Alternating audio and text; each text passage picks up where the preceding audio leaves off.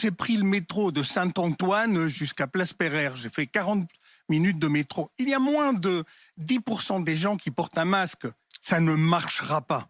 Pour que le port du masque protège, il faut qu'il y ait plus de 80, 85, 90% des gens qui portent le masque. Il faut le rendre obligatoire à nouveau dans les transports en commun. Soit Soyons on est clairs. capable. Oui, mais à côté de ça, est-ce que vous avez vu une campagne?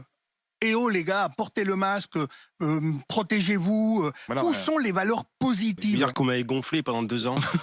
Et voilà, pendant 2 ans, j'avais l'impression d'être en consultation médicale jour et nuit sur des choses que vous maîtrisez pas. Je suis désolé de vous le dire, mais c'est bien que les médecins aient envie d'avoir une vie audiovisuelle, d'être reconnus dans la rue, de pouvoir écrire des bouquins. Mais vous savez pas pourquoi le Covid est arrivé.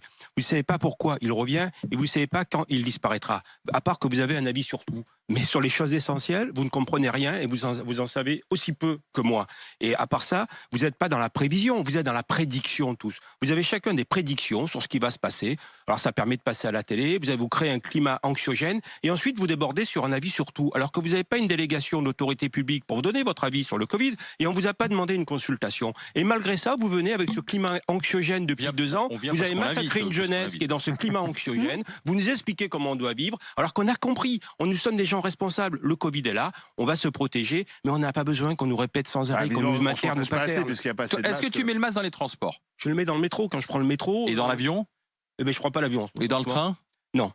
Non, mais je veux dire, bon, on prend ces risques. Après, je veux dire, c'est pas la peste ou le choléra. Le Covid est là, on sait qu'on fait avec, mais il faut vivre. Vous savez, on va mourir à un moment. On va mourir, je veux dire. Et on peut trouver 100 raisons aujourd'hui de faire une consultation médicale parce que vous avez une attitude qui n'est pas bonne, que pas par rapport au Covid. Je veux dire, on peut avoir de l'embonpoint, on peut trop fumer, on peut trop boire, on peut faire plein de choses et on n'est pas sans arrêt en train de nous répéter, il faut pas boire, il faut pas. On est arrivé dans une espèce de dictature.